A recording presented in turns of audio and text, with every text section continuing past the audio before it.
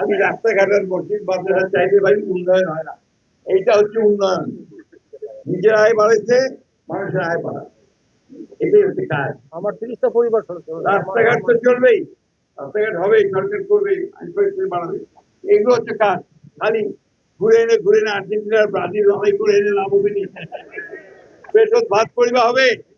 তার জন্য ইয়াং জেনারেশনকে ওই দিকে যেতে হবে, ওই উদ্ভাবন করা, ভালো ব্যবসা করা, যাতে করে নিজে ভালো চলতে পারি, বাপের উপরে আপনার বোঝা না হওয়ার, আর জমি বিক্রি করে কাজ না করে সম্পূর্ণ নিজের চেষ্টায় সুলেমান ভাই একটা অভূতপূর্ব আবিষ্কার করেছেন।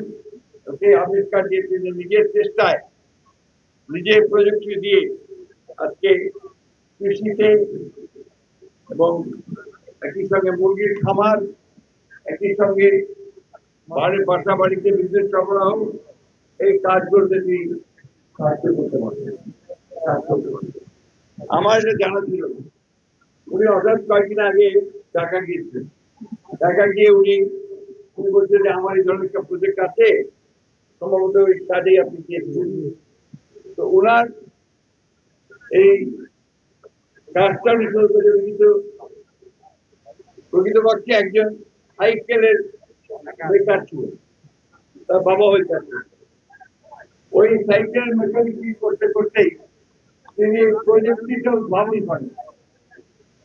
এই প্রযুক্তিটা তিনি ভাবেন যে এই সোলার দিয়ে বিদ্যুৎ উৎপাদন করলে অনেক বেশি সাশ্রয় হবে। তারপরে নিজের কাজের সঙ্গে তিনি করলেন যে তিনি এখন 28টা পাম্প চালান 30 পর্যন্ত দিয়েছেন।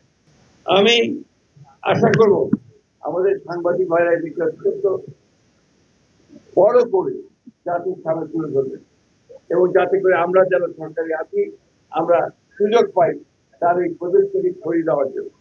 একই সঙ্গে এই ধরনের ব্যক্তি যারা নিবৃত্তে নীরবে কাজ করে যায়, আমি এই জন্য আমাদের শিক্ষিত ছেলেদেরকে বারবার করে বলি যে নিজেরা কিছু করার চেষ্টা করে।